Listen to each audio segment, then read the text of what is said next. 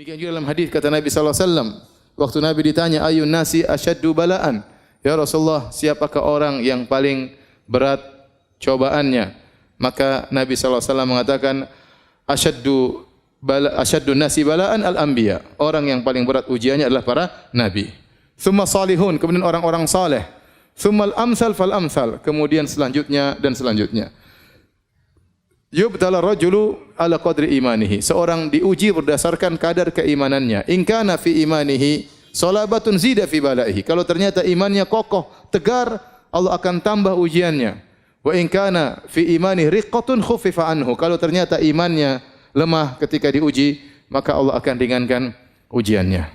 Subhanallah, Allah mentakdirkan Nabi sallallahu alaihi wasallam adalah orang yang paling banyak ujiannya. Ujian dalam segala bentuk ujian.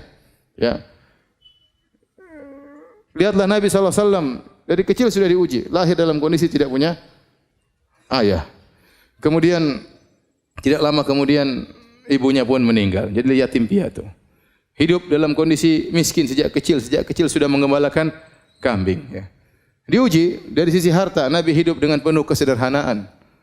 Ya, bulan-bulan berlalu, istri-istrinya tidak ada memasak apapun di rumahnya. Rumah dengan rumah yang sangat sempit, mungkin cuma 4 kali 5 meter. Ya.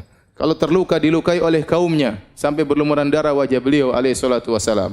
Adapun ujian penghinaan, ujian mental, maka dihina dengan berbagai macam ujian. Dikatakan pendusta, dikatakan tukang sihir, dikatakan dukun, dikatakan orang gila, ya.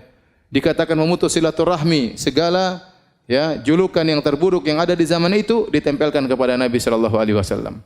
Kalau dikatakan ujian tentang kehilangan orang yang dicintai, maka Nabi diuji dengan meninggalnya Khadijah radhiyallahu taala anha, istri yang sangat dia cintai, yang 25 tahun hidup bersama Nabi, tidak pernah mengangkat suara di hadapan Nabi sallallahu alaihi wasallam. Bagaimana tempat curhatnya selama ini, kemudian Nabi ditinggal oleh Khadijah radhiyallahu taala anha di saat-saat Nabi lagi membutuhkan tempat untuk curhat. Tatkala itu lagi desakan kaum musyrikin, intimidasi kaum musyrikin lagi di puncak-puncaknya, tiba-tiba Allah memanggil Khadijah radhiyallahu taala anha. Kalau dikatakan apakah Nabi tidak pernah diuji dengan meninggalnya?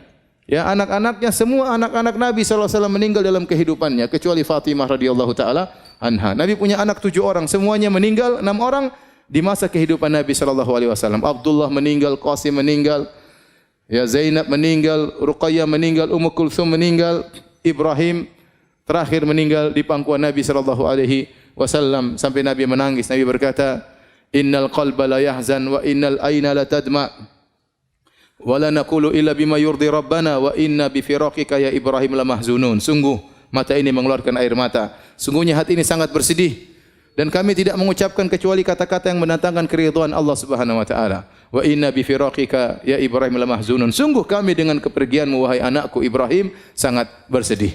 Semua ujian dihadapi oleh Nabi sallallahu alaihi wasallam. Cuma satu mungkin saya bilang Nabi tidak diuji, yaitu Nabi tidak diuji dengan kecacatan.